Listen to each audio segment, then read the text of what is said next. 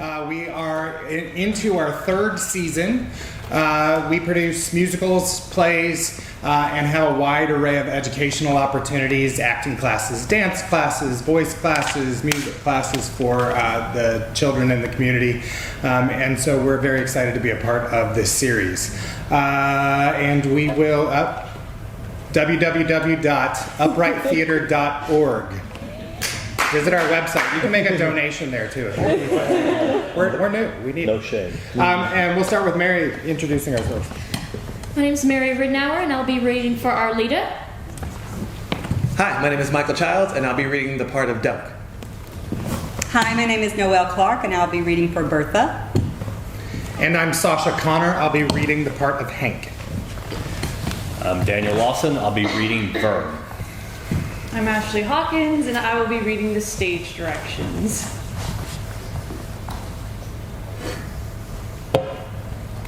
Tennessee Wet Rub, a play by Kim E. Ruyle. Act 1, Scene 1. Darkness. We hear wind whistling. A moment, then overhead light bulbs flicker a few times before burning steady to illuminate Bertha's barbecue. As the whistle of the wind rises and falls, Bertha wraps her sweater tightly as she shivers and hugs herself. She's a sturdy woman, sturdy build, sturdy character, sturdy as her shoes. For nearly 5 decades, her fortitude has sustained her as she's labored over a wood-fired barbecue pit, pitched platters slathered with meat and slaw, and scrubbed grease from stacks of plates. Bertha stands downstage looking out front, steeling herself against the weather she sees through an apparent window in the fourth wall. But it's more than weather she sees. Her expression spells impending doom. The back door bursts open, admitting a Hank with a gust of chill wind. He wears his age well, no less sturdy than his wife, but he's no tree stump. More of a vigorous willow branch, tough, wiry, resilient. In one hand, Hank carries a meat hook, which he hangs on a peg by the door. Hank stomps his feet and hangs his cap over the meat hook before removing his deerskin gloves. He shakes out his jacket and hangs it on another peg. Hank wears heavy boots, jeans held up by suspenders over a flannel shirt. On his belt hangs a custom holster holding a large meat cleaver. Just ice. Pure ice coming down. But I got her stoked. Good till tomorrow at least. Hear me? She's stoked till tomorrow. Waste of wood. Nobody coming out in this weather. But still, gotta keep her ice out of the stovepipe, keep her warm. The lights flicker again. Hank takes notice, exits to the kitchen. He returns momentarily carrying 2 kerosene lanterns and places one on each of the dining tables, but doesn't light them. All that ice about fell on my ass coming in.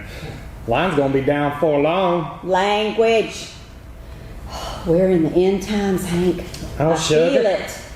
You said the same thing last year. We was having that cyclone. It's just a little ice. This is different. I feel it. Don't you feel it? It ain't just ice. It's a darkness descending. We got wood, food, blankets, and we got kerosene.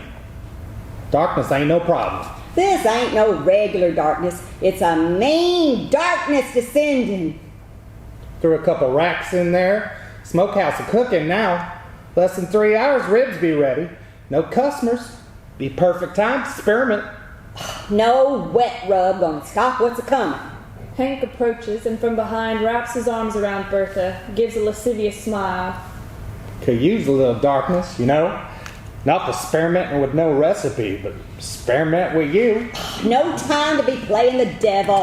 Ah, sugar. For these are the days of vengeance, that all things which are written may be fulfilled.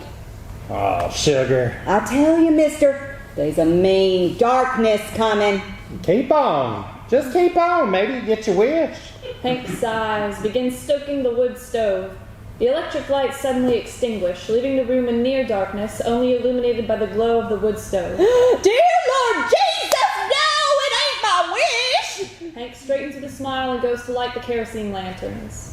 Like I told you, line's coming down. It's just the ice. The room now lit in the soft glow of kerosene lamps, Bertha brings the skillet and Bible to a table.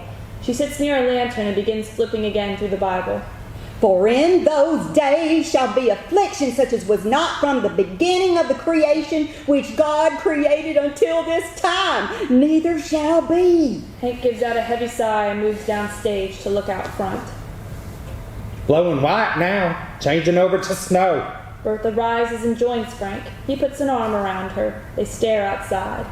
Ain't white. It's a mean darkness is what it is. Looks white to me. Sugar, it's blowing sideways it is. Why y'all gotta be so... You don't never take things serious. Such recipes. 40 years, dry rub's been good enough. Why y'all gotta be so obsessed? Don't worry your purty head about it.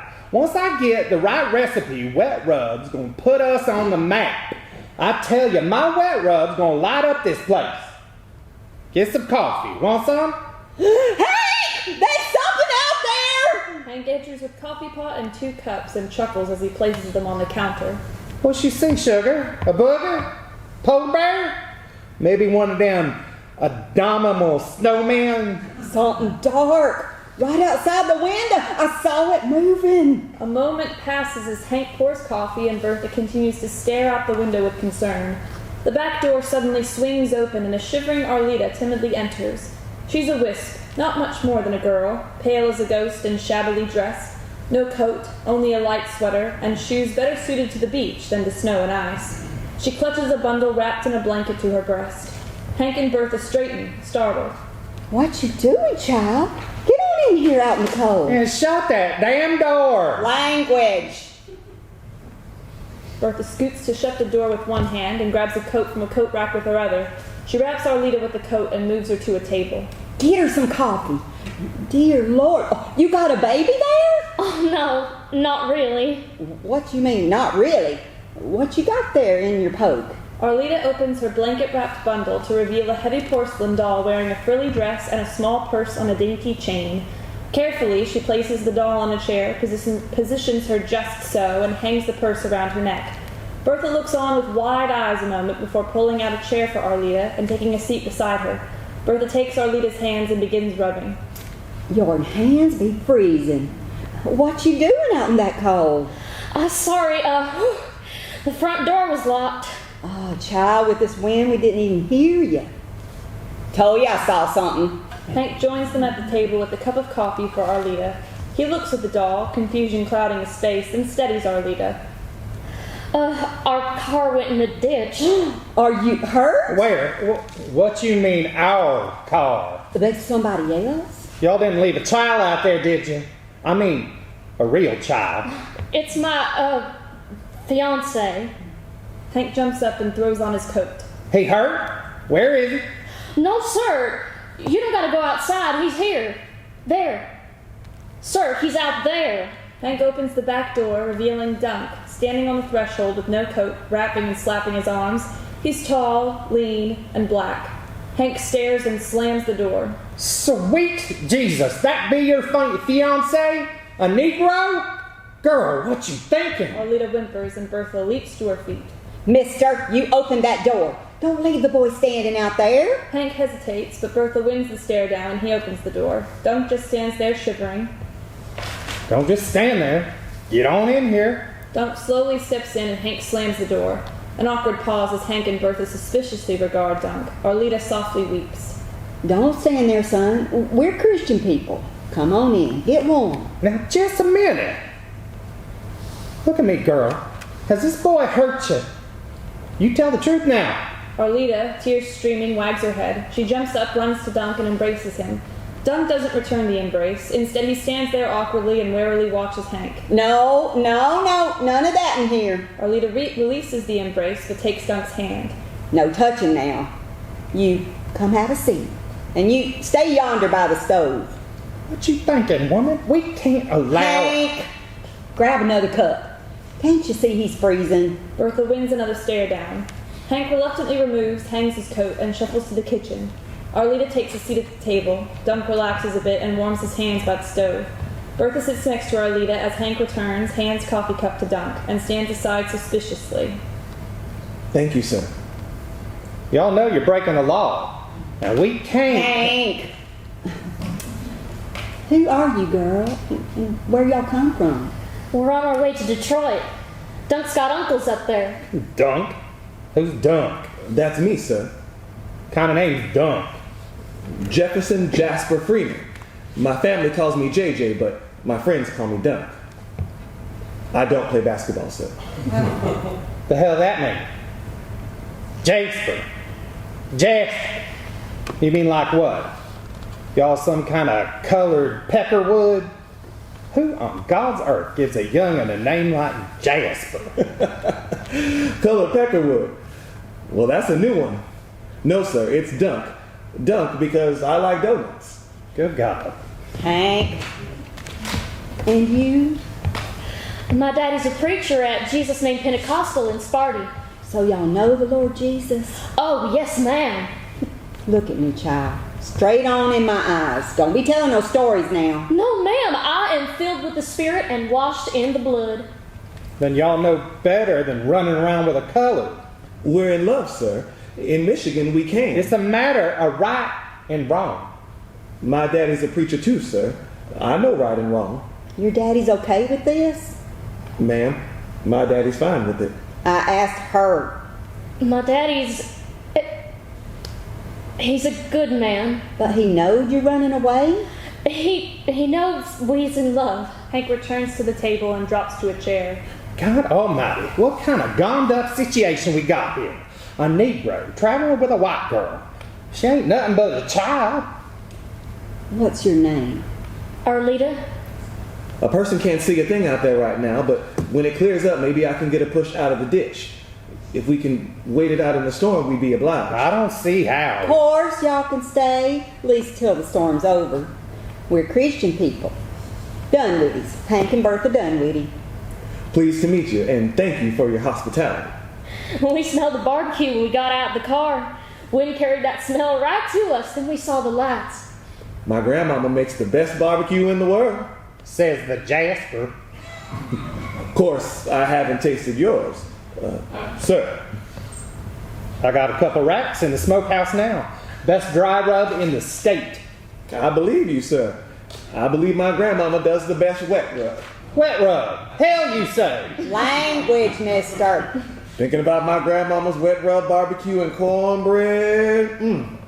Well, it sure does make a fella hungry. Hank slowly rises from his chair and walks to the wood stove near Dunk. He places a hand on his holstered meat cleaver and gives a suspicious stare that morphs into a stink eye. Dunk stares at the meat cleaver and considers his position. But any barbecue's good. It's all good. Hank folds his arms, continues to glare. Dunk shifts on his feet nervously. Sir, do you ever use a mop sauce with your dry rub? Hear that, Bertha? Jasper want to learn me all about barbecue. No, sir, I didn't mean that. You're the expert. I only know about wet rub. Wet rub expert, are you? Mind, don't be telling those stories now. Sir, it's not seemingly to brag, and I give all the credit to my grandmama. But speaking honestly and with all humility, I would say, yes, sir, I'm an expert when it comes to the wet rub. Don't go opening that door, son, talking about no wet rub. Too late. The door's open and Hank can't hide his passion for barbecue and newfound interest in Dunk. They's in the smokehouse. Just 2 racks, but I ain't rubbed them yet. You don't have to rub them before the heat? Tell me about the dog. Ain't gonna dry rub them. Fixing to experiment with some wet rub. Cinderella, that's her name. But still, it's important to... What's your base? She's special to you. Ketchup, corn syrup, I'm experimenting with my recipe. I ain't saying no more, it's a secret. Yes, ma'am. Bertha shifts in her seat and looks with annoyance at Hank. How about mustard? You got the right kind of vinegar? Boy, I got everything. Every spice, everything I need for my experiments. When are they going to be ready? Shouldn't you be preparing the sauce now? Don't go telling me how to sauce no ribs. I just fixing to mix up a batch when y'all showed up. Yes, sir. Would you like some help? Don't need no help. I used to help my grandmama. Learned a lot from her. Your grandma, huh? Best wet rub in Tennessee. Recipe passed down from the plantation. Several generations. What's she use for her sauce? Family secret. She kept it close to the vest, but I helped her out and know the formula by heart. Do you now?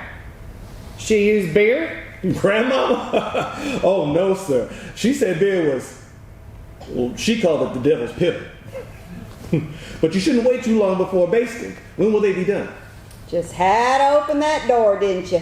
Y'all got no idea what you done stirred up getting the mister talking about wet rub. Oh, let's head upstairs, child. Let these boys talk their barbecue. No, y'all can stay here. I'll take the Jasper into the kitchen. Well, come on then. Let's see what you really know about wet rub. Dunk, catching Hank's enthusiasm, nods excitedly and follows Hank to the kitchen. When they're out of sight, Bertha drills Arlita. Okay, child. I want the whole story. The whole story. Oh, but I got her when I was 6.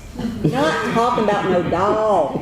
How'd you meet that boy? Oh, well, there was a meeting at the All County Preachers, white folk, but being all Christianly, they invited the colors, the preachers. So Dunk's daddy was there and my daddy too, but he didn't want to leave me home alone, so he took me along, but I had to wait outside. So I was just waiting. But then out yonder, behind the church, I seen Duncan sitting by himself under a tree. But you know better than to be talking to him, getting him in trouble. That's what he was reading.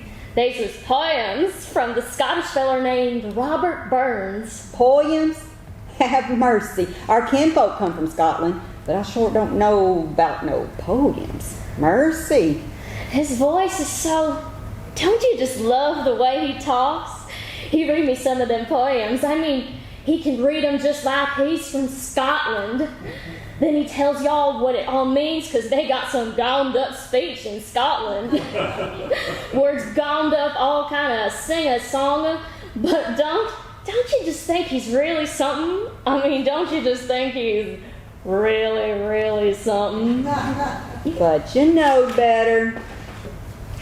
Made me promise not to tell his daddy about them poems, because he wouldn't approve.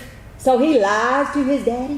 What else that boy be lying about? Oh, no, ma'am. Dunk ain't no liar. And don't be telling me your daddy approves of y'all running with a colored boy. What about your mama? I ain't got a mama. She died when I was 6, just after giving me Cinderella. Oh, child. But you got a sister to help you? Just me and my daddy. I mean a sister in your church family. A Christian woman to give you some guidance? Arlita shrugs, looks down. From the other table, Bertha retrieves Bible and a skillet and finds a reference. Before y'all go getting married to a colored, you got to consider what God's word says about marriage. You keep your Bible in a skillet? See what it says here in Ephesians? Arlita takes a moment, struggling to read, her lips moving silently. A nod. Is that colored boy going to be able to give you the love like Christ loves the church? Don't know scripture about as good as any preacher. I don't know what to think about it. There ain't nothing against marrying a foreigner. Ruth and Boaz got married and she became great-grandma to King David. I mean, they was foreigners, but not colored. But I ain't really sure. Maybe that's why some of the Jew people got kinky hair. But Jesus got to be white because Jesus was white. Tell the truth, child, I ain't sure what to think about right and wrong. But I know the law, and child, y'all can't be breaking the law. Why, we're going to Michigan. Besides, ain't y'all too young to be getting married? No, ma'am. I'll be 17 next year. Dunk says I'm a bonny wee thing. That's from one of them poems from Robert Burns feller. But that don't mean I was too young to get married. Ah, child. Bertha rises and refills the coffee cups and retakes her seat. She looks compassionately on Arlita a moment, then pats her hand. Child. That boy know he's getting such a bonny wee thing, you say? I do thank y'all for your kindness. Why you keep your Bible in a skillet? This here's my granny's Bible and her skillet. I was a little girl, there's a fire. A terrible, terrible fire. All that was left of Granny's house was this skillet and her Bible. It was sure enough a miracle. That fire burned everything in her house, but no fire could touch God's word. And this here skillet. Arlita solemnly takes the Bible, strokes its cover, gives a sniff. Don't smell of smoke. She carefully returns the Bible to the skillet and gives a bit of a grin. Maybe got some barbecue smell, but sure enough, miracle. Y'all got money to travel? Arlita twitches and her eyes dart back to the purse hanging around the doll's neck. Y'all Then got she money in the catches- purse, don't you? Arlita shrugs. Bertha takes the purse, removes an envelope containing a wad of bills. Dear Lord Jesus, where'd this come from, girl? Don't be lying now. That boy steal this. No, ma'am, Dunk got his own money. Bertha begins counting money out on the table. Where'd y'all get this? We just need enough to get to Hudson Motor Company in Detroit. Dunk's got uncles doing factory work in the Hornet. It's a car. You seen one? Leastwise, they say the Hudson Hornet is the future of automobile. Where? Detroit. We can have a future in Detroit. The money. Where'd y'all get it? Don't know nothing about it, ma'am. I swear. Don't be swearing with me, Missy. Did you steal this money? Your Your daddy give it to you? Arlita begins to softly cry. $188. Oh, dear Lord. I was gonna pay it back. You stole it? This gonna get y'all in a pack of trouble. No, ma'am, I just borrowed it. Your daddy a preacher and you think he got this kind of money to spare? No, ma'am. Hank enters carrying a jug and a third lit lantern, followed by Dunk, who carries a jug and a pail of utensils. Hank is cheerful now, has a bounce in his step. The men set the jugs on a table, a dramatic victory gesture. They smile, quite a contrast with the sour faces worn by the two women. Well, it seems the boy ain't such a colored peckerwood after all. At least not in the kitchen. Thank you, sir. That's quite a compliment. Silence reigns as looks are exchanged, the men grinning, women scowling. Hank turns his attention to the wad of bills in Bertha's fist. What's all that? Something we fixing to talk about. Arlita lets escape a whimper which is overlooked by the men, but not by Bertha. Well, y'all gotta give us a few minutes. Dunk and me are having a little contest. Yes, ma'am, we are. A wet rub contest. Lord help us. Hank tosses a coat to Dunk. They button up to face the cold, grab their jugs, and bounce out the back door. Don't that beat off? Ma'am? Hank ain't easy. Man on a mission to make the world's best barbecue sauce. But it sure ain't easy. Looks like they getting on. Must be Dunk done found the key to the fellers. Mercy. Found the key to the fellers. Well, let's get you upstairs, child. Find you something else to wear. Your feet must be freezing. Arlita nods as Bertha gathers up the bills and stuffs them back in the purse. Ain't no telling what the mister's gonna say. He finds out y'all took money from your daddy. You're fixing to be in a heap of trouble, child. Oh, there's a mean darkness descending. Arlita shivers. She slowly stands, picks up her doll and purse, and follows Bertha to exit. Blackout. End of scene. Act 1, Scene 2. The wind whistles loudly. Kerosene lanterns light the empty restaurant. The back door opens to admit Hank and Dunk. They're in good spirits, but shivering as they set empty jugs, third lantern, and the pail on a table, then remove and hang their coats. I ain't never seen so much snow. A heap of snow over a sheet of ice. Afraid you're gonna be stuck a while. Maybe tomorrow we'll get a thaw. I really do thank you for your hospitality. Ain't got a choice. Less than y'all want to build an igloo out by the shitter. I've slept on the floor lots of times. Don't say. Hank grabs the jugs and pail and exits to the kitchen. Dunk warms his hands at the stove. After a moment, he wanders the room, studies the menu on the wall. Hank re-enters. Fixing a fresh pot. Be ready directly. Women folk must be upstairs. Got a nice place here. Tolerable. I was fixing to expand the menu. Bertha serves a mean breakfast on Saturdays, but she again getting bigger. Say we don't need no sweetenings on the menu. Got nothing but corn pudding. What kind of restaurant don't even serve pie? Besides, she said we can't be adding nothing until we get us an indoor crapper. But I asked you, why people want to be shitting indoors anyway? Drop your shit outside, I say. And don't never go saying nothing about serving no liquor. Gets her all riled up. Well, this is a dry county, so... Hank begins stoking the fire. Oh, these ways. But she it fair. Woman's a scared of risk. Don't even seem like experimenting with... Don't even like me experimenting with wet rub.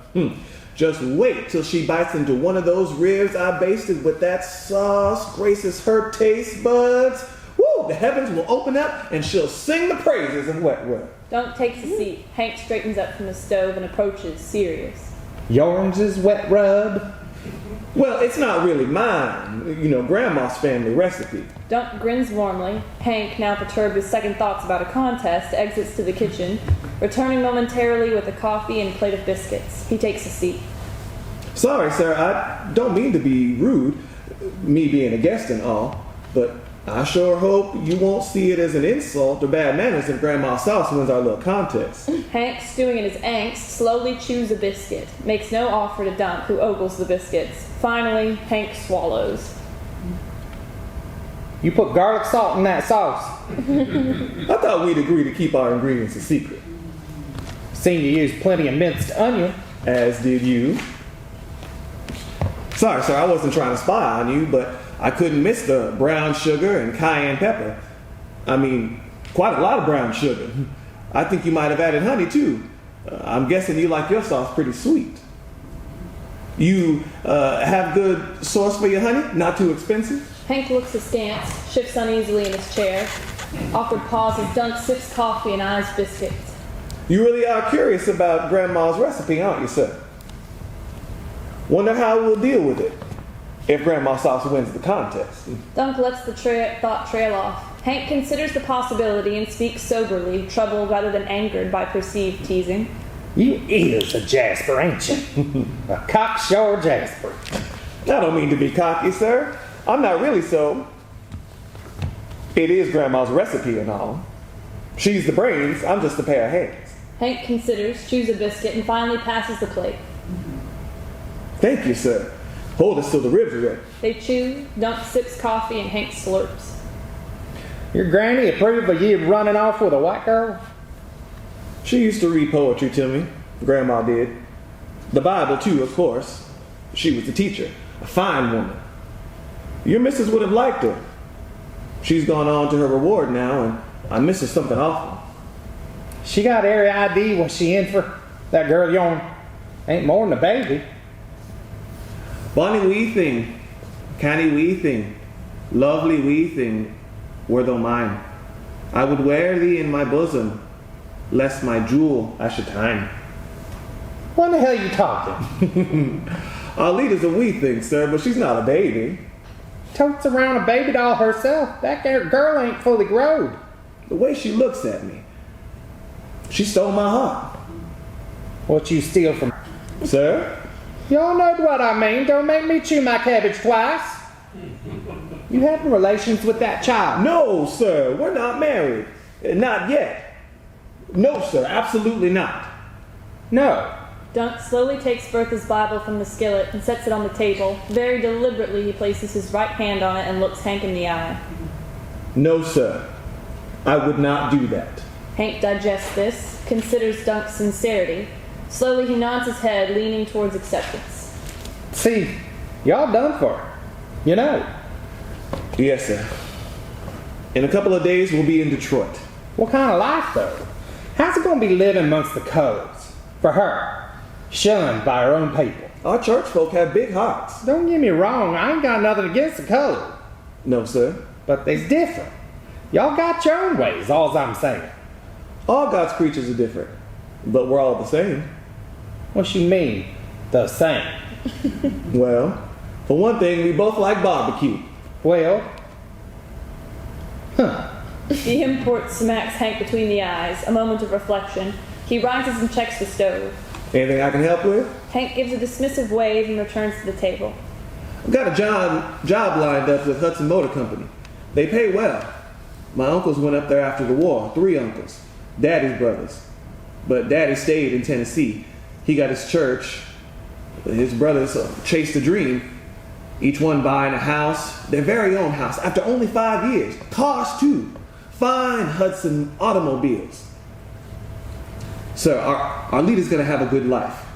It's going to be a lot better than the one she's got now. Let's just say her daddy's a hard man. don't say.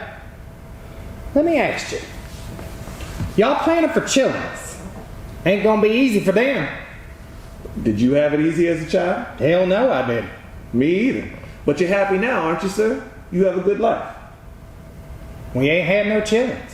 Oh. I'm Dunk wags his head. sorry. Children are Well, I would love to have children, but I want our leader to finish high school. And, well, sir, I'm going to become a lawyer. A lawyer? Then you surely are a Jasper. Thought you was gonna make automobiles. Yes, sir, but I'll work in the car plant second shift, and I'll go to law school in the day. Well, that's my hope. I ain't been accepted yet, but the University of Michigan Law School already has Negro graduates going way back to 1870. Women, too. Isn't that something? I'm praying I'm good enough to get in. Got it all planned out, don't you? Dunk holds up a hand as he washes down a bite of biscuit and enjoys displaying a bit of theatrics. But Mousie, thou art know thy lane, improving thy foresight may be vain. The best laid schemes of mice and men, gang after agely, and lead us not off but grief and pain, for promised joy. Mousy? What you saying, boy? You saying I'm a... No, sir. I'm just the poet making a point that things don't often work out as planned. I think about it a lot. I surely do make plans, sir, I do. My life's got to count for something. But it's good to remind myself to be humble. Pride isn't fitting for a Christian man. No such thing as a Christian lawyer. Like a polecat don't stink. I hope to be a different kind of lawyer. Yeah, well, you seem mighty proud of that sauce you whipped up. Well, I guess maybe it's okay to be proud of my grandmama's sauce. But she quoted the scripture even more than she did poetry. For the day of the Lord of hosts shall be upon everyone that is proud and lofty, and upon everyone that is lifted up, he shall be brought low. Silence. Hank steadies Dunk intently, a long pause. The wheels are turning and Hank slowly nods his head, a mental tug-of-war approaching a tipping point. You think I'm crazy to take this job up north working to become a lawyer? Every man got to find his own way. What I'm trying to do, sir. What's your daddy say? Truth is, he doesn't say much. He's bearing his own cross, knowing his brothers moved north and seem to be doing well. But Daddy had a calling to stay with his church. He always says a man shouldn't get to the end of his life with regrets. And the surest way to regret is to fail to serve, to miss your calling. Well, surely those Yankees got churches too. Yes, sir, that's what I told him. But maybe he's got something in common with your missus. I think he's afraid to take a risk. Of course, I'd never tell him that. No, ain't fitting to tell your daddy what to do. I respect what he says, but there's more than one kind of calling. There are many ways to serve. Don't you think so? I was too old for the army to fight the Nazis and the Japs, so I ain't near served much except platters of ribs. I would have enlisted, but I was too young. Still, don't our lives count for something? Sir, I imagine you don't have any regrets. You got quite a cheek, boy, thinking you know my life. Ask me about regrets. Sorry, sir, I didn't mean any disrespect. Surely God doesn't only call men to be preachers. I can serve people as a lawyer, serve our leader as her husband, give her a better life. If I didn't do those things, I believe I'd have regrets. What you mean, serve our leader? Fixing to wear an apron, gonna fix her supper? No, sir. I wear the trousers, but there are things I can do for her. Maybe help her grow up. There are things I can teach her. See, exactly what I mean. Y'all ain't equal. Because she's white? Because she's a woman? She ain't even grown up yet. She ain't no ways a woman. I guess men and women are never really equal. No, they ain't. But y'all still gotta be partners. Like you and your missus. Mind your business, boy. Yes, sir. I didn't mean disrespect. I admire that you and your wife have built this place. It counts for something. You found your calling. Long awkward pause as Hank, deep in thought, studies Dunk. The tipping point. Hank, resolute, rises with a start to check the stove.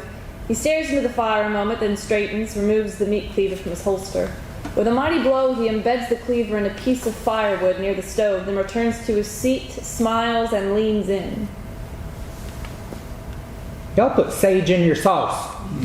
Dunk just returns the grin. A moment passes, then Bertha enters, carrying Arlita's purse, and quietly closes the door. She approaches the table and gives Dunk a hard stare. Is Arlita okay? Napping. Bertha tosses the purse on the table in front of Dunk, crosses her arms and glares. The men look from the purse to Bertha, confounded. Ma'am? Where'd it come from? Ma'am? This is Arlita's. I'm not sure what you're asking. What's in there? Well, I suppose she... How much y'all got? You mean in the... No stories now. I'm sorry, ma'am. I don't know what you're talking I about. asked you something. What got you so riled up, woman? Let the boy talk. Dunk's at a loss, trying to comprehend. There's $188 in that there purse, and I want to know how it got there. $188? Girl, seem innocent to me. Don't strike me as being a wicked girl. Y'all put her up to it. $188? Her daddy's money. What? Her daddy doesn't have that kind of money. Hank opens the purse and looks inside. He shows it to Dunk. Lord almighty, she robbed a bank? So I asked you, where'd y'all get it? $188? I don't know. I mean, that's nearly a down payment on a house. Your ID then? No, ma'am. I had no idea. Don't believe it. Girl don't have gumption to do it on her own. If I knew anything about it, ma'am, I'd tell you. Bertha gives a dismissive snort and a wilting stare. Hank steadies Dunk. Boy's telling the truth. What you saying? I saying the boy's telling the truth. I told you, mister, a mean darkness descending. And you want to stick up for a thief? I never stole anything in my life. That lawyer might come in handy about now for that girl of yours. What did she say about it? Why don't you go fetch her? I'll fetch her. Don't want no thief snooping around our room. Mind your tongue, woman. It's okay, son. Head on up there and fetch a girl. Bertha shifts on her feet but bites her tongue. Hank hands the purse to Dunk, who crosses to and pauses at the door. She sleeping upstairs? First room, top of the stairs. Can't miss her. Don't you be touching nothing up there. No, ma'am. Of course not. Hank retakes his seat and waits for Bertha to do the same, but she just stands there, arms crossed. Sit down, sugar. That boy got you all. Sit down. That boy. Sit your ass down. No need to use that kind of language. Sit your ass down. Bertha recoils a bit but sinks into a chair. That boy done. That boy. Tell you what. That boy said he didn't steal nothing, didn't he? Well, he plumb sure didn't.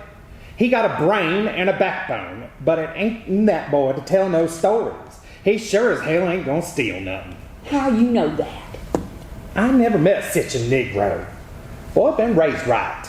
Respectful, but ain't got no Uncle Tom bootlicker. His granny done learned him the scriptures. He's a hard worker. He got gumption what he got. Gumption. And that boy smart as a whip. Damn sure ain't no Jasper. He do talk good, but that ain't mean nothing. Hank struggles mightily to say something but can't find the words. Instead, he rises to unnecessarily check the stove, and Bertha follows him with her eyes. Well, spit it out, mister, what you want to say. Hank returns to the table, sits, and takes Bertha's hand.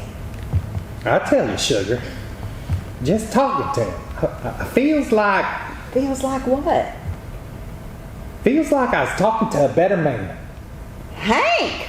What kind of spell that boy bringing here? It's that girl done brought that spell in with what she stole. She done got him all twisted up. You too. Who's all twisted up, mister? Ain't no color boy better than you. And that girl's just a twig. Can't twist up nobody. Hank releases Bertha's hands and leans back. Get yourself, woman. Talking about a twig. She's same as you was, 15. All sweet and innocent. You got me all twisted up. Me getting all puffed up thinking I was going to be a big man protecting you. And look at you now. Growed into a gold-earned oak tree. Oak tree? What you mean I was an oak tree? Sugar, sure as hell ain't no twig. I never knowed you to be so mean. Calling me an oak tree. Just saying you ain't a twig. You ain't a weak woman. Sure, y'all act scared at your end times and your darkness descending. But you got your faith. You're solid as a gold-earned oak tree, what you is. You're mocking me. No, sugar, ain't mocking. And you still get me all twisted up. Bertha takes Hank's hand, touches his cheek. Then from upstairs, a barely audible groaning. No! Hank and Bertha swivel their heads to the ceiling, then share a look. Oh, mister, what are we gonna do? Let me ask you something. What you regret? Regret? What you talking? We got at least one thief in our home. What are we gonna do? In your life, before you die and you're looking back thinking on your life, I know you're sorry you couldn't have no chillings, but that ain't something we decide. Ain't something we did or didn't do. It just was. Something God did. But what about when we's deciding things? What you gonna regret? Regret we didn't open for breakfast on weekdays. We didn't move out of this damn dry county. Didn't add pie to the menu. Didn't get an indoor crapper. Y'all gonna regret marrying me? What you talking? I never in all my days heard you talk such nonsense. Boys got big dreams. Ain't scared of taking a risk. Mister, I never knowed you to be scared of nothing. As the door opens, Hank and Bertha give each other some space. Dunk enters, leading a quaking Arlita by the hand. She wears woolen socks under a more substantial pair of shoes and clutches her doll. Dunk carries the purse, a heavy, heavy load. There's a pause as Hank and Bertha exchange looks with Dunk while Arlita avoids eye contact. Take a seat. Arlita slowly takes a seat at the table. Dunk stands behind her, hands on her shoulders. Don't y'all be touching now. Dunk quickly removes his hands. Sorry, ma'am. I wasn't. They ain't rotten, woman. Let 'em be. We owe you an apology. Arlita softly weeps. We'll return the money to the church as soon as we can get our car moving. Oh, dear Lord, it ain't her daddy's? She took it, didn't she? From the church? Dear Lord Jesus, that's plumb ugly. Uglier than homemade sin. Then what? What you think's gonna happen? Y'all go traipsing in with a wad of money. I'll take the responsibility. Like hell you will. Hank. It's my failure. I'm responsible. Uh-huh. Well, sure as shooting y'all be blamed, and they'll throw your ass in the slammer. Maybe not. They ain't gonna pin it on a little white girl, and for $188, y'all gonna be lucky they don't hang you. Somebody gotta pay. Now, here's what's gonna happen. Y'all gonna get yourself out in the state as soon as y'all can. What you saying? Saying I'll return the money. Thank you, sir, but I can't let you do that. Dear Lord, mister, you're out in your gourd. Y'all just sit down and shut up. I gotta go see a man about a dog. Too much coffee. Hank throws on his coat. I'll be right behind you, sir. I need to take a trip outside, too. Just like that? Y'all just gonna drop this bombed-up situation like a hot skillet? Hank exits without responding. Dunk throws on a coat and pauses at the door. Don't worry, ma'am. I'm not dropping anything. I'm reflecting real hard on my poor judgment. I've got to figure out a way to return the money without getting myself... Oh, Lord help me. Well, if I can manage that. Either way, I'll see Arlita's return to her daddy. No! I can't go back to my daddy. Please don't take me back. Dunk looks at Arlita with expressionless eyes until she settles down. Then he looks to Bertha. And ma'am, I won't let your mister catch any trouble for this. He's a good man and we appreciate your kindness. Be sure, our sins always find us out. We'll fetch the ribs when we're outside. Arlita helped the missus get the table ready for supper. Get hold of yourself, Missy. Should be ashamed. Bertha looks up as lights fade. Y'all done brought a mean darkness down on this house. Blackout. End of scene. Act 1, Scene 3. Hank, Bertha, Dunk, and Arlita sit around a table littered with dishes, the remnants of a supper, 2 platters of ribs, and a skillet of cornbread. Arlita's doll is on the counter overlooking the table, purse hung around its neck. The mood is somber. Hank picks his teeth, looks at the others who sit and solemnly stare at their plates. Hell of a thing. We's all acting like we just ate our last supper and now got to take a seat in the gold darn electric chair. Bertha chides him with a look and a wag of the head. What y'all think of the ribs? They wasted o'er a scorching flame the marrow of his bones. But the miller's us did worst of all, for he crushed him between 2 stones. The hell that meant? Sound just like my granddaddy. Kind of like how he used to talk. Sorry, sir, it's just how I feel. Wasted over a scorching fire, crushed between 2 stones. When I think about it, I can hardly breathe. Didn't much feel like eating, but you do make a fine wet rug. Just not as good as your granny's. Dunk gives a sheepish smile, a non-committal shrug. Bertha? Bertha looks to Hank, grimaces, then gives a reluctant nod to one of the 2 platters on the table. Well, shit. Language, mister. What's it got so special? Okay, mister. Y'all gots to know. First thing in my mouth, Dunk sauce here made me want to jump and shake a leg, just like a fiddle and a banjo playing in my mouth. Then I was chewing and the music kind of changed to a sweet steel guitar. And don't you know, next thing I was dreaming I was laying in a field of soft clover in warm sunshine. Dunk sauce almost made me forget the darkness done descended on our home. Dunk can't help but grow a grin. Hank is bewildered. That's poetry, ma'am. Sorry, mister, but since you asked. Oh, I knowed it. How about you? Y'all got a podium for us too? Arlita doesn't look up. She just slowly wags her head. Your sauce is really good too, sir. Hank rises to stoke the fire. Arlita keeps her sad eyes on her plate. Dunk stands, walks to the menu on the wall. A moment, then he spins and returns to the table. Ma'am, do you have a pen? A stick pin.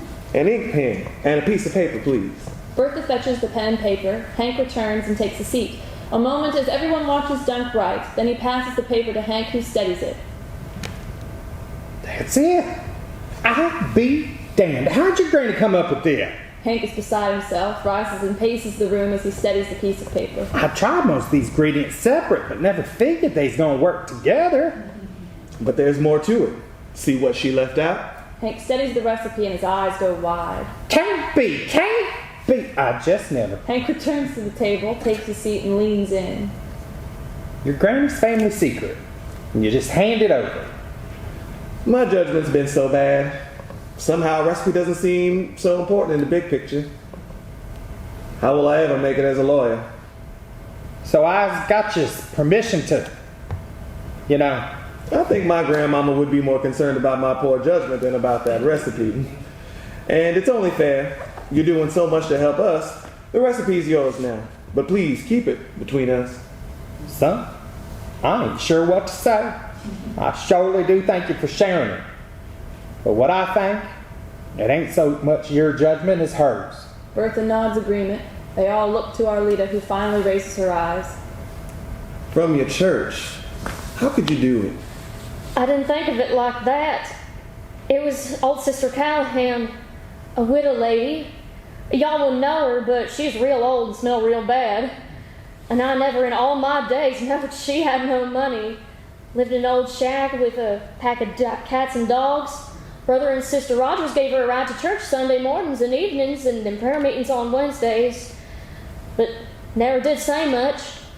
But when I was a little girl, she used to pinch my cheeks. These days, she just seems like walking death. And you done took her money. Well, no. See, there's a box in the back of the church for missionaries. Old Sister Callahan was about last to leave service yesterday because she walked so slow and I was right behind her. Daddy's still up front, busy talking with Brother Williams, and there ain't nobody else in the church. And then I see the withdrawal box and an envelope in the box, but it didn't go all the ways in. And you just helped yourself. Figure there might be $1 or $2 in there. Stealing. I knowed it, but Dunk ain't got much money. If it gets us to Detroit, I wanted to help in case we needed something for gas or... I was gonna pay it back. Robbing from missionaries? I'm gonna pay it back. I swear. Don't swear. What you got going for y'all? Probably nobody's gonna miss it. The missionaries will miss it. Don't have to be a problem. When the weather clears, I just hop in my truck, run it back lickety-split, and drop it right back in the box. Oh, would you? Don't seem right. It ain't right what she done, but we gonna make it right. We have some time to decide. I need to think on this. I'm just so disappointed. I told you. I'm so sorry. More disappointed in myself. Practicing laws about ethics and good judgment. Women don't always have the best judgment. When Bert's about the same age as your girl, she got the bright idea to get us some honey from up in one of them honey trees, with the bee's nest down in the tree. Don't go telling stories now, mister. Listen here. You're gonna go into a bee's nest, y'all got to have some smoke or a net or on you or something. But the girl climbed up that tree real careful like, thinking she gonna go slow enough. The bees ain't gonna mind. Wasn't you wearing a dress? Dad'd never let me climb trees because I was always wearing a dress. I didn't mind none she wearing a dress. Hank. Got yourself stung, I bet. I might stung, yes ma'am, she did. But y'all knows I got a bit more sense, so I was standing way back just watching. Them bees come out in that tree in a cloud, and the girl come down that tree faster than area boomer. Don't believe a word he says. She lit out for the crick cloud of bees trailing off in her head. And you just stand there laughing your forehead head off. Girl dove plumb head first into the creek. Was under that water long enough. I thought she must be drowned. I was fixing to go fetch her out in there, but then the girl come up. Don't you dare, mister. Come up out in the water. If and you do. That thin cotton dress all wet and stuck to her like she ain't wearing a stitch. Oh, Lord forgive you, mister. I tell y'all, that picture of her standing there in that creek just as God had made her, and all of her natural beauty was better than all the honey in the world.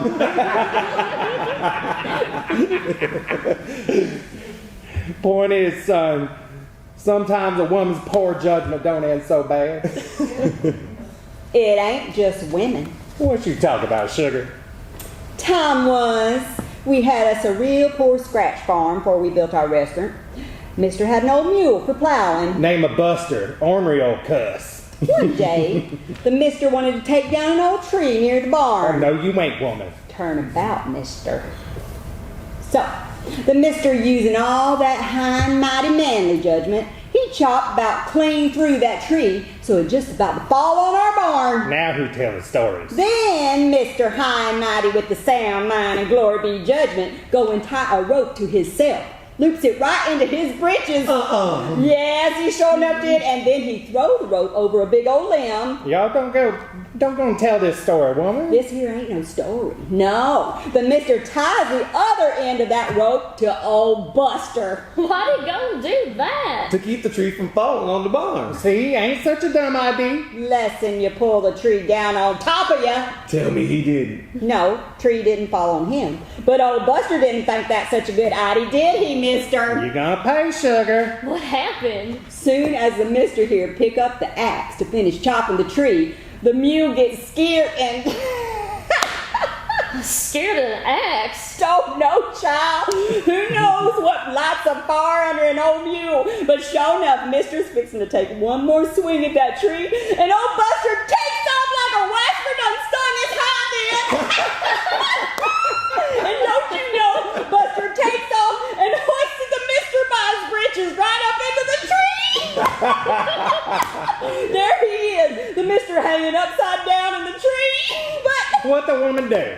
Just standing there laughing her fool head off. man couldn't get himself free, hanging upside down, holding the axe. And then don't you know, one of them suspenders on his britches comes loose and Oh, he could have broke his neck. Like I broke my back. so y'all tell me how good the judgment of a man hanging upside down in a tree about to slide out of his britches and fall on his head in his skivvies. Still love you, sugar. What happened to your barn? You're sitting in it, son. What? The mister done wriggled himself out in the tree, but won't you know, the tree fell on the barn anyways. No, just kind of linked against it. Didn't hurt no one. That's when we She sided. decided to follow the mister's dream of building a restaurant and do barbecue. I sold that damn mule and tore down the barn. Moved the lumber up near the road and built this place. That's an amazing story. There's times we make mistakes, but they lead to something better. Followed my dream. Couldn't have done it without you, sugar. Every man needs a helpmate. From God's lips. Why you named your restaurant Bertha's Barbecue?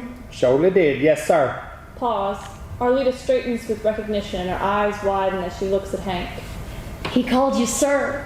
The stunning import sinks in and everyone reacts in their own way. So what you want to do, son?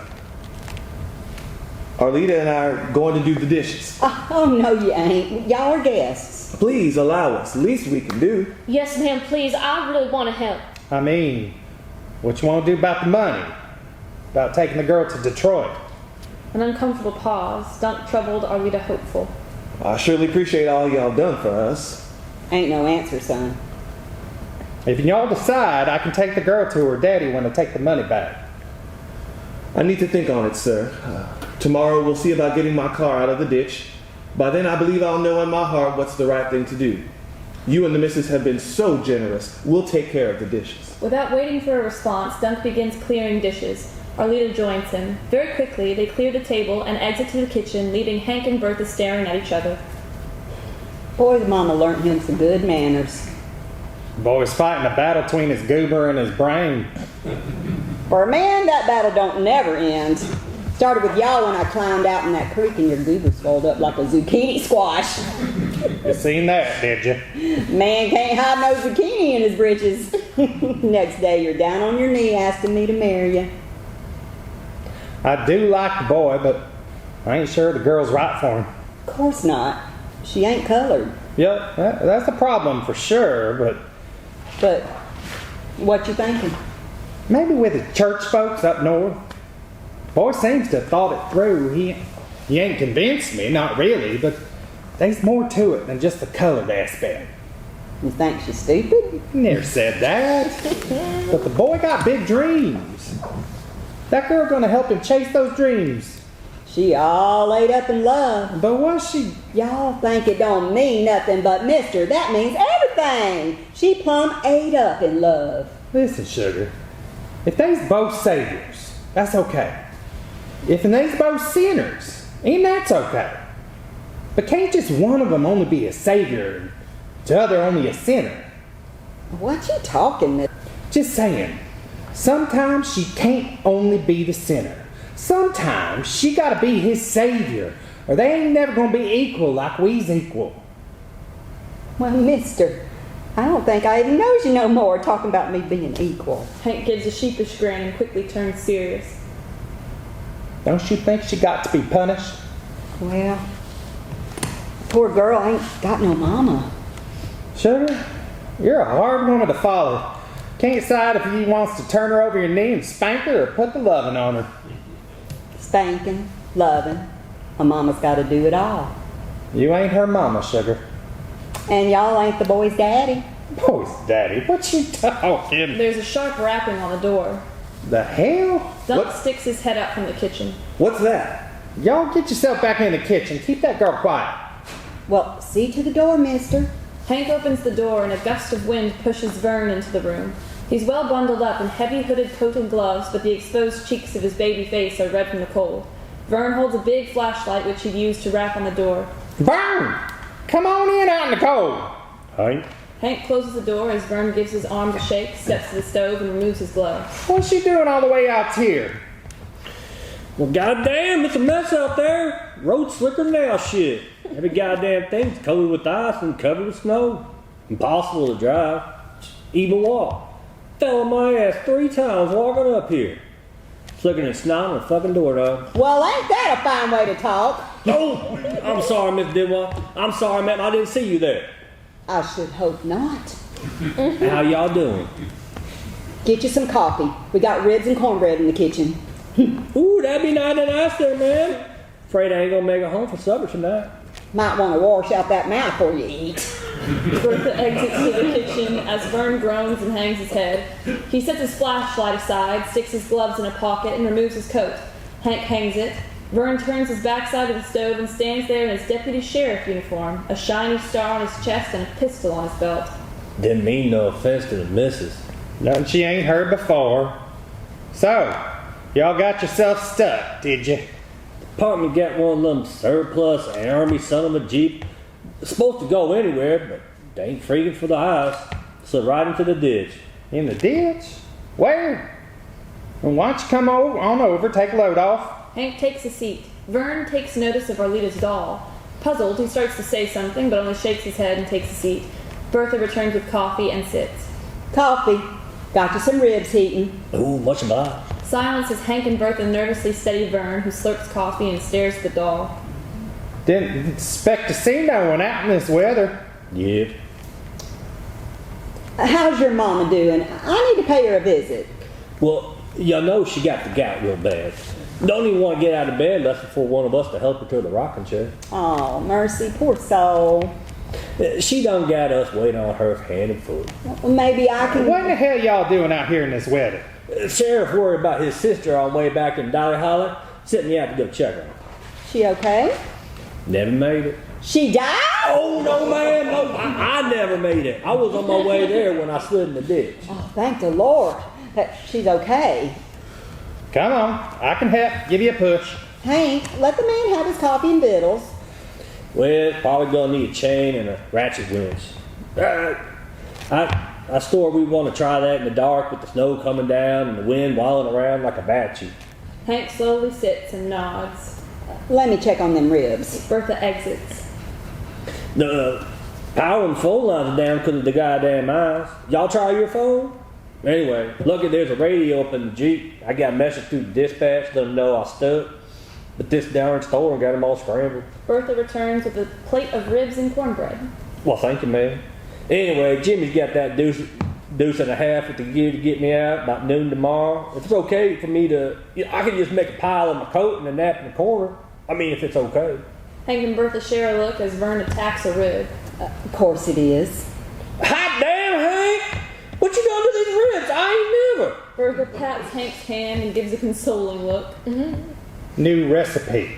Best damn ribs I ever had. I ain't lying. These come to Jesus ribs. That's what these is. Y'all seen anyone else about? What you mean? Another car slid off not far from my Jeep.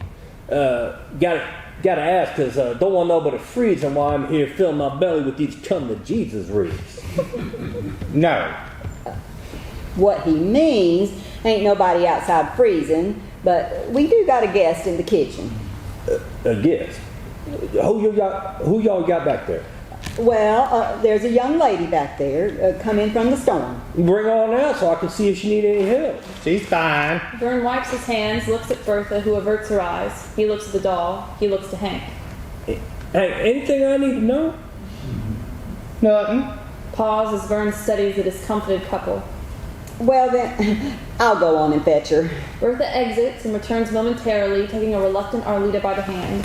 Vern stands and considers Arlita's demeanor, and Hank and Bertha, who are oddly reticent and uncomfortable.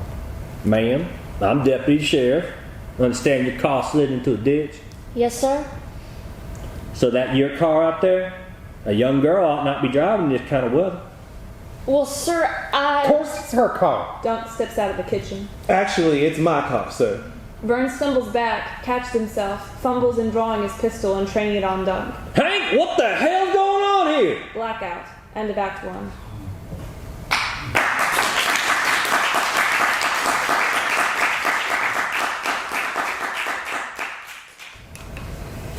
Act 2, Scene 1. We continue as we left the previous scene. With trembling hands, Vern trains his pistol on Dunk, who stands behind Arlita. Everyone holds their breath for a moment as Dunk pulls Arlita aside and steps in front of her. Gonna answer me, Hank? What the hell's happening here? Take it easy, Vern. Put the gun away. Just a couple of stranded travelers like y'all. Yours ain't no color establishment. That's for us to figure out. Well, I want to know what that white girl doing with the color boy. We can't throw him out in the cold. Y'all put that gun away. Bertha takes a couple steps in Vern's direction, but Hank blocks her. Get yourself back, woman. Hank steps up and lays a hand on Vern's gun hand. Vern's attention darts between Dunk and Hank. Don't touch me, Hank. Don't be interfering. The boy ain't no danger. Put the gun down. Vern hesitates, glances at Hank, but then warily keeps an eye on Dunk as he slowly lowers his pistol. He does not holster it. Why don't y'all sit yourselves so we can explain? Child, get on over here and take a seat. Arlita haltingly takes a seat and Bertha sits beside her. The men continue their standoff.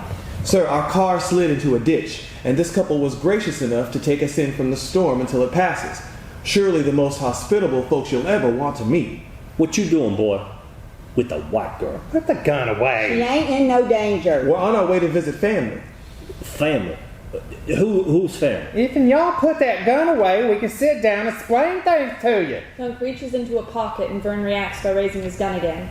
Dunk freezes. Slowly, he holds up a free hand. I'm just getting my car key. Slowly, Dunk pulls a key from his pocket and holds it out. Sir, if it will ease your mind and you'll holster your gun, you can hold on to my car key until we're able to get our car out of the ditch. A moment with no one moving. Then, Hank grabs the key and hands it to Vern. Put the damn gun away. Can't you see the boy ain't no danger? Not fully convinced, Vern reluctantly takes and pockets the key and holsters his gun. Okay, now.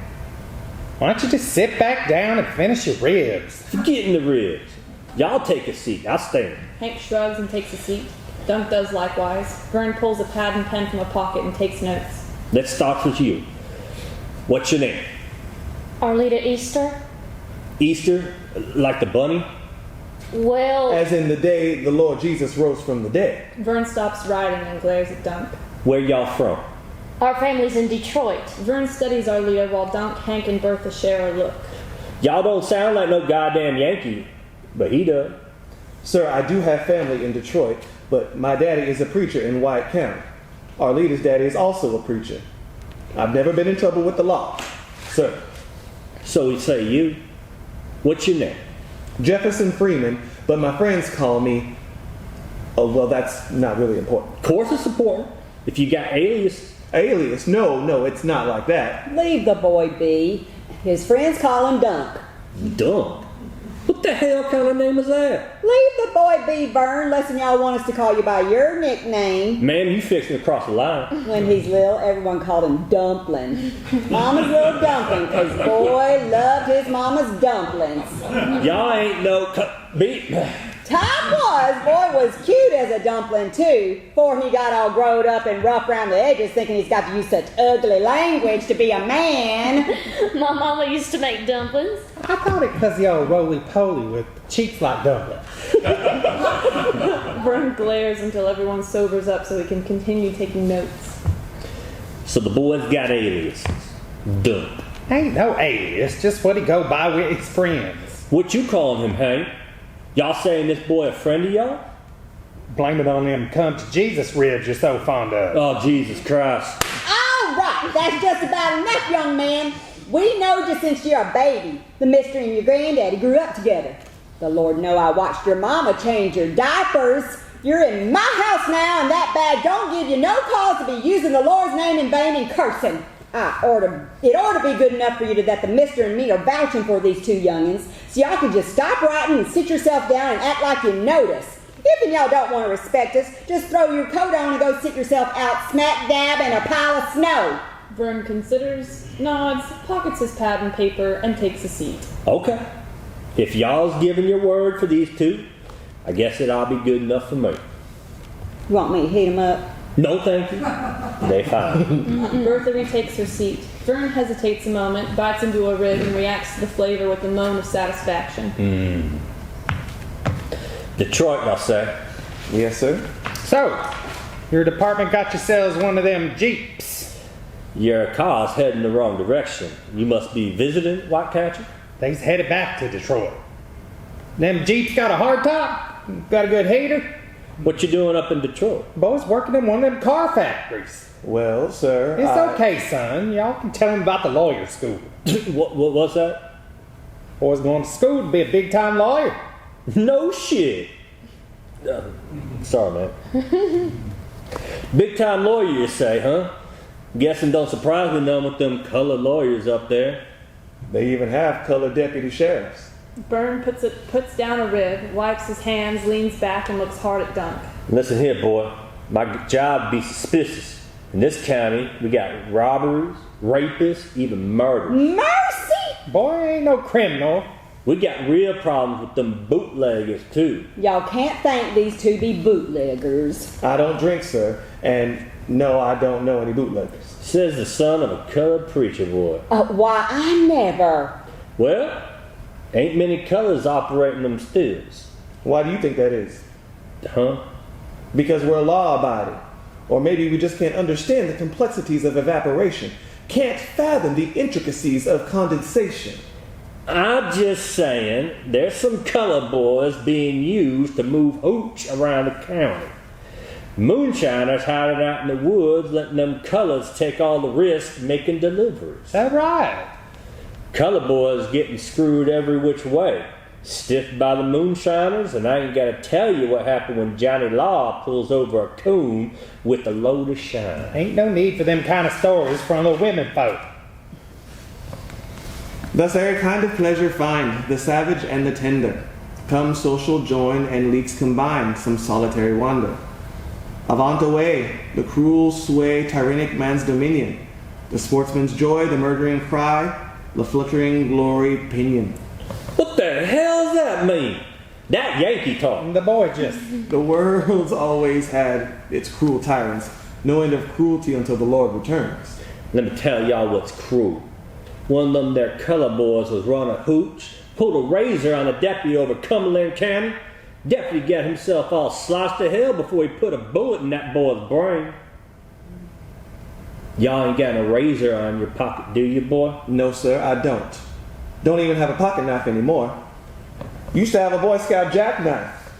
Present for my 7th birthday. But it was stolen. Y'all's was in the Boy Scouts. No, sir, I wasn't, but I had a cousin join a Negro Boy Scout troop in Knoxville.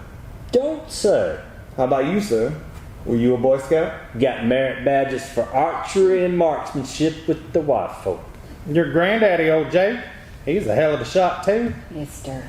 These boys, we had a single shot 22s, your granddaddy and me. He never missed nary a squirrel. Oh, but I heard you say your mama has gout. What's that to you, boy? I'm really sorry about that. We had a sister in our church who suffered from gout. I imagine it's a heavy load caring for your mama.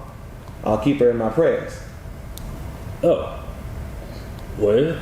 Vern's flustered response causes things to go quiet. Hank rises to stoke the stove. He returns to and surveys the table, Vern's plate, empty but for bones. Get you anything else, Vern? More coffee? Oh, let me get that. Arlita rises as Vern wags his head, holds out his empty plate.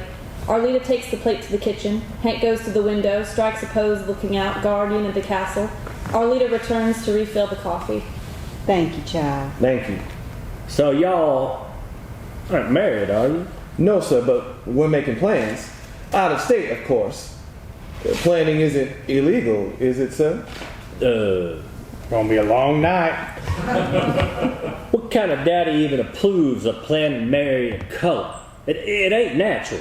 Your sister still planning to get married next month? With your mama doing so poorly? Yeah, she working on it, but it ain't to no color, boy.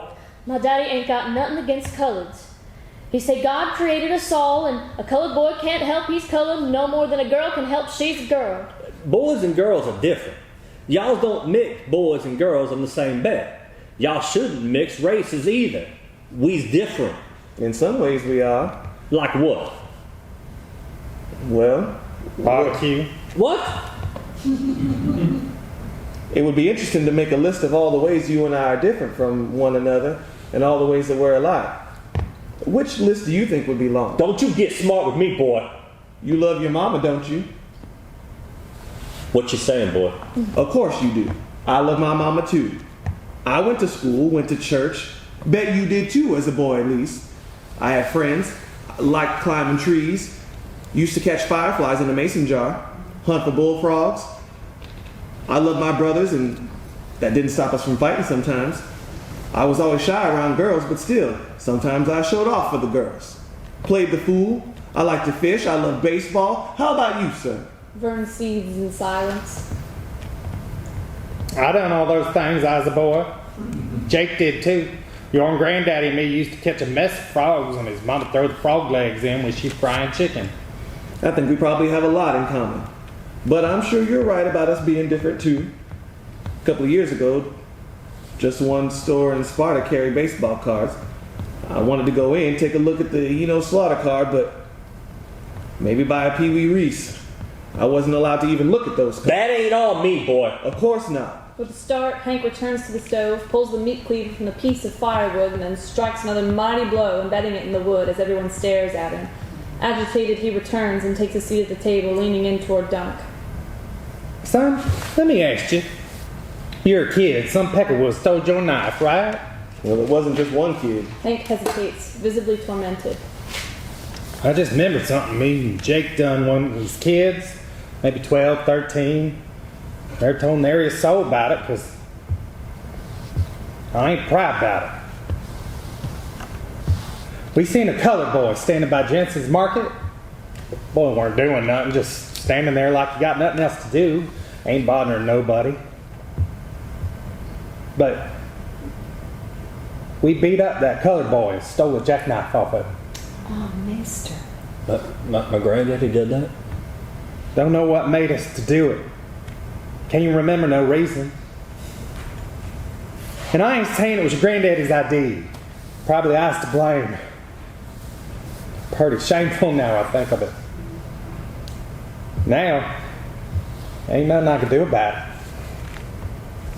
Well, the boys who stole my knife are not white boys. They were like me. Statement hangs in the air and everyone is uncomfortable. And they beat me up too. Like the poet says, the cruel sway, tyrannic man's dominion. My daddy say the world's changing. Colored folk getting more druthers. Druther? What the hell's that mean? Like when y'all'd rather have pie than beans. Hank and Bertha chuckle, but Vern scowls and wags his head. Well, who wouldn't rather eat pie than beans? Like I told you. I can't explain everything my daddy say, but he learned lots about God's word, and he say God ain't got nothing against coloreds. God loves all the people because, well, I ain't sure why, but he said it ain't right to be treating colored people poorly. Of course, when it comes to me wanting to. My daddy ain't so... Your daddy's just looking out for you. Nothing wrong with looking out for your kids, looking out for each other. The question is, what do we see when we're looking out? What do we see when we're looking out? Y'all understand a word coming out this Jasper's mouth? He talking like he's some goddamn foreigner. Sorry. We learned to see things when we was little.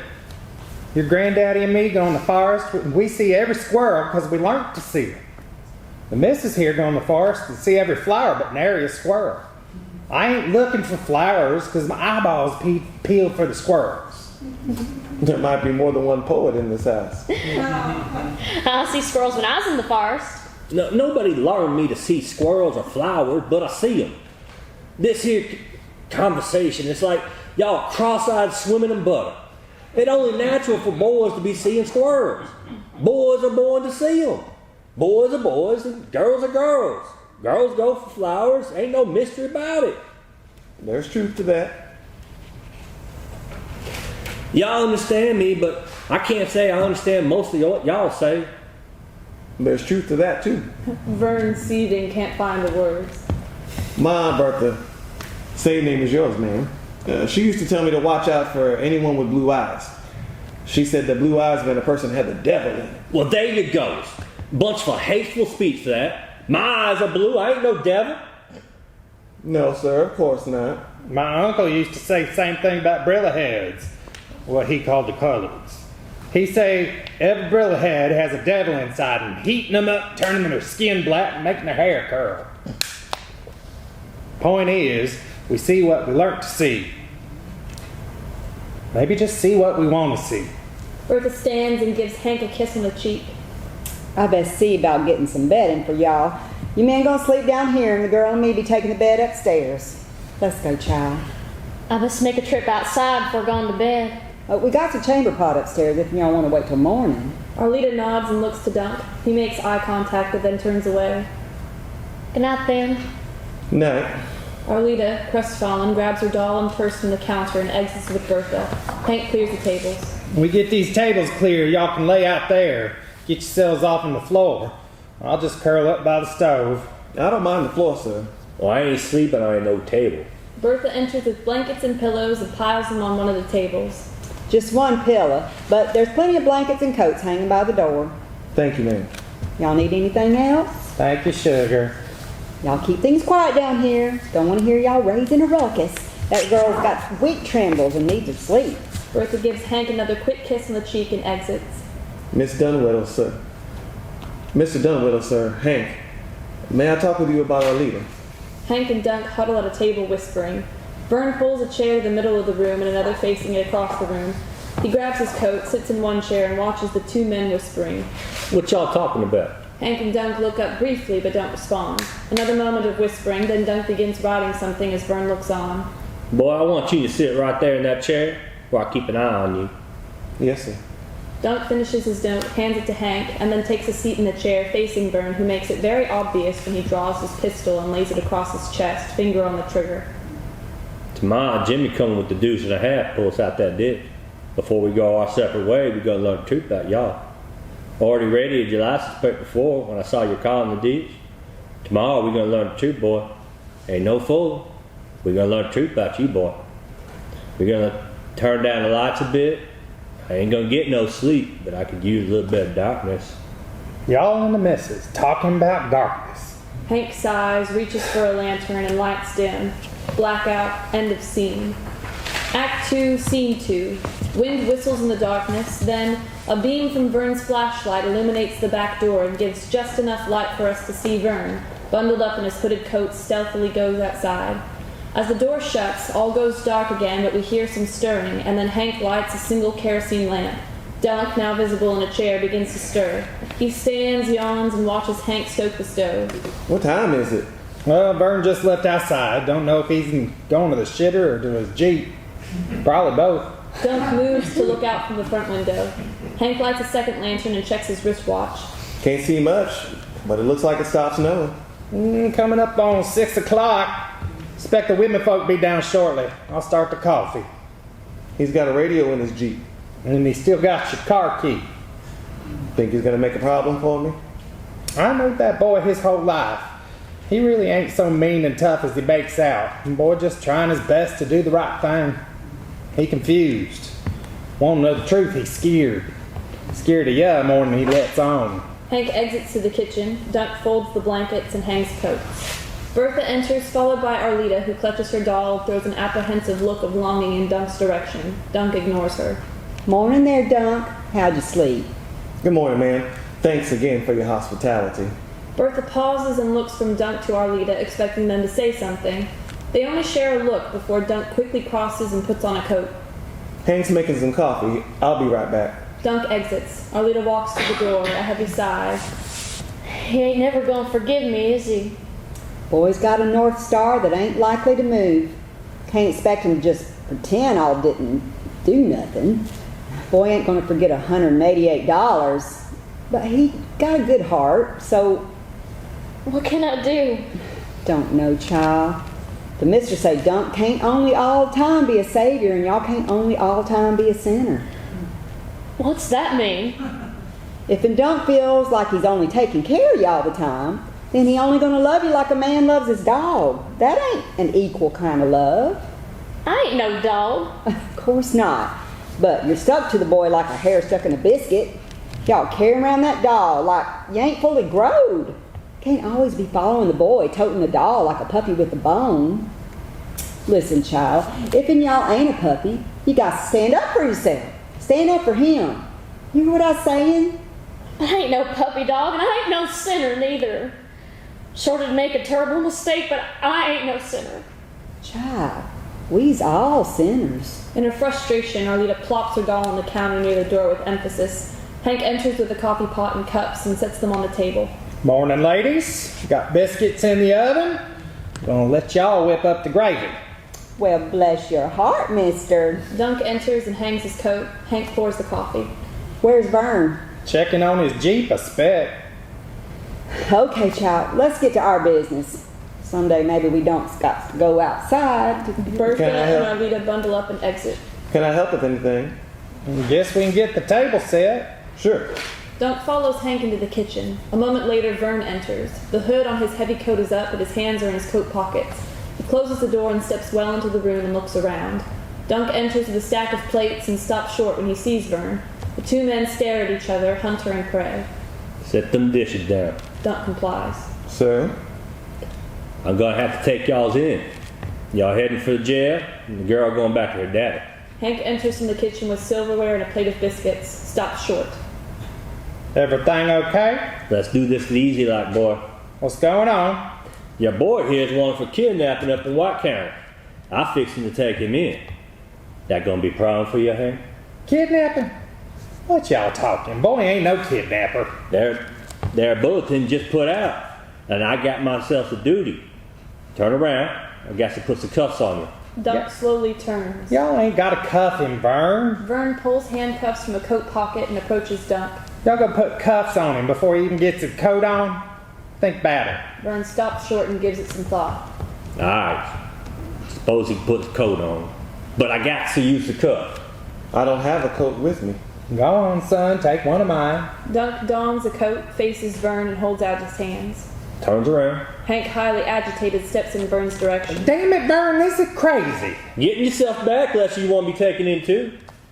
Don't worry, son. I'll get down to the sheriff's office and straighten this all out. Dunk nods and turns with his hands behind his back. The The door opens and Bertha and Arlita enter just as Vern is about to slap the cuffs on. He turns towards the women. What's going on here? Y'all's keep back. Boy's under arrest for kidnapping. As Vern starts to cuff Dunk, Arlita grabs her doll, emits a feral scream, and smashes the heavy porcelain doll into the back of Vern's head.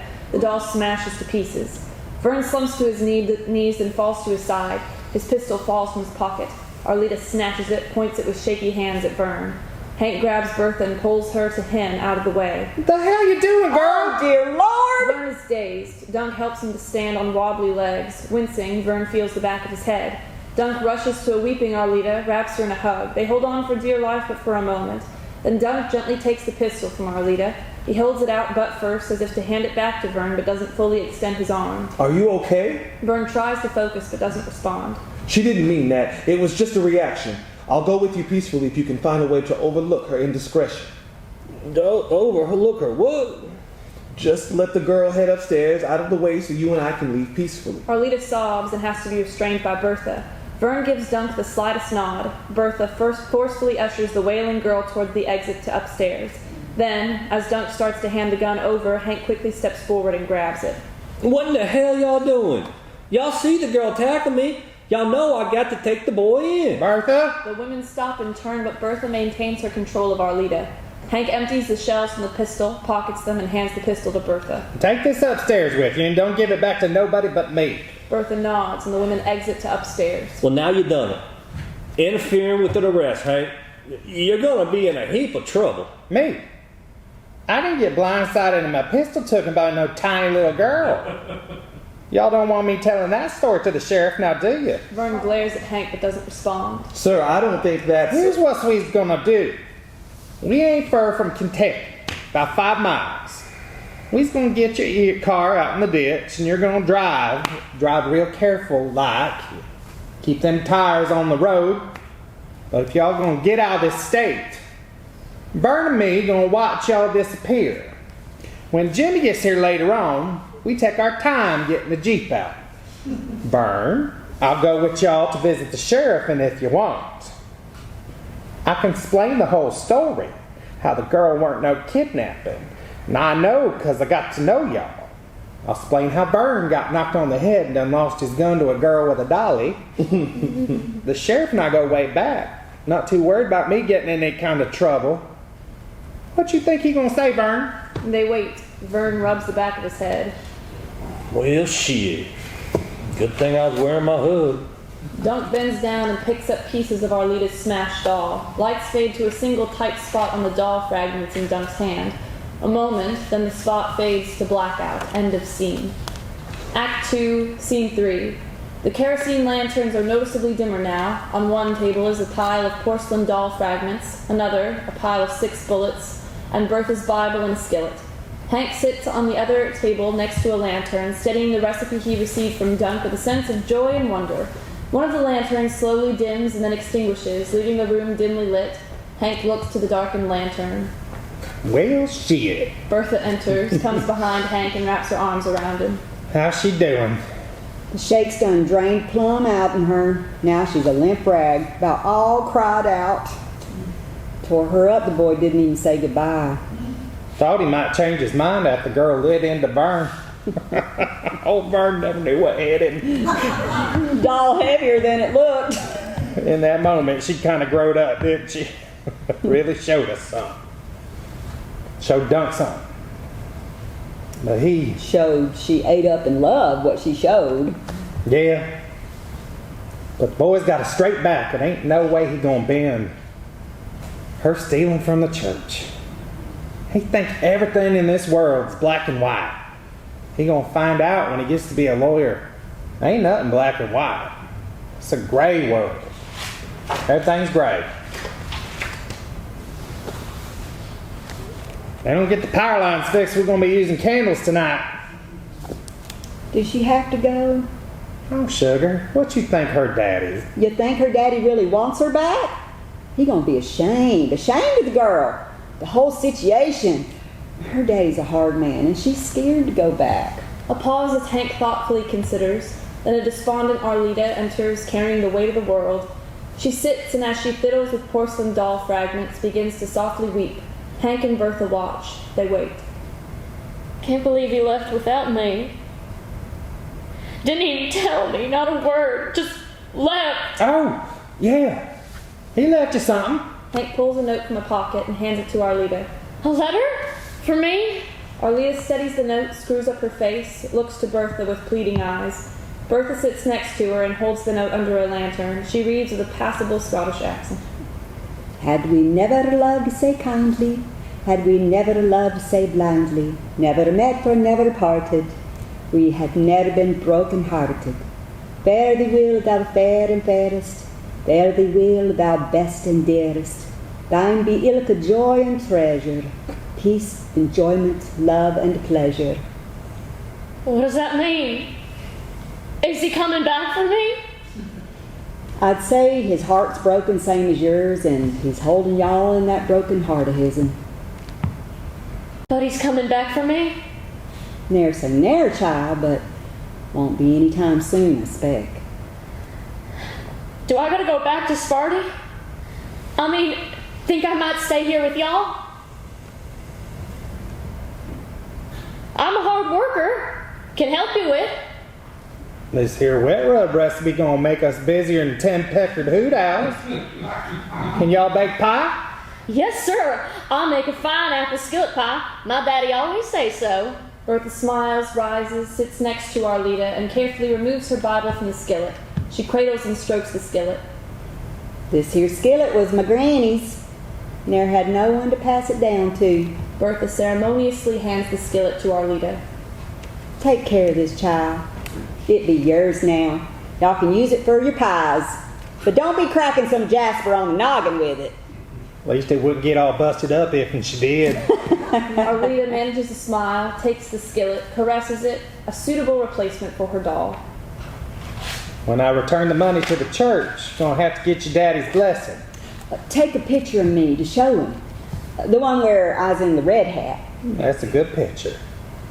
Tell her daddy that now the girl's got some mama. Arlita sets the skillet down and hugs Bertha, tears of joy from both women. Pause as Hank looks on, wheels turning, then becoming animated. If you stay on with us, we can figure our way to do breakfast weekdays. Oh, mister, you're all lit up like a Christmas tree. Another thing, y'all got to finish high school. Dunk wanted that for you. Yes, sir. I'll make him proud. What else we can do in honor of Dunk?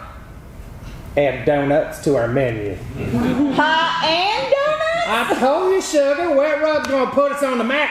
This here recipe's gonna light up this place. Oh, mister, I guess it's settled then. The final lantern flickers and goes out, leaving the room in near darkness. Oh, dear Lord, what'd I tell you about? And just like that, the power's back on and the room is flooded with electric light. Bertha and Arlita look up at the lights in surprise. Hank holds up the wet rub recipe, slaps it with the back of his hand. He jumps up and walks to look out the front window. What you see now, sugar? What you see now? Blackout. End of play.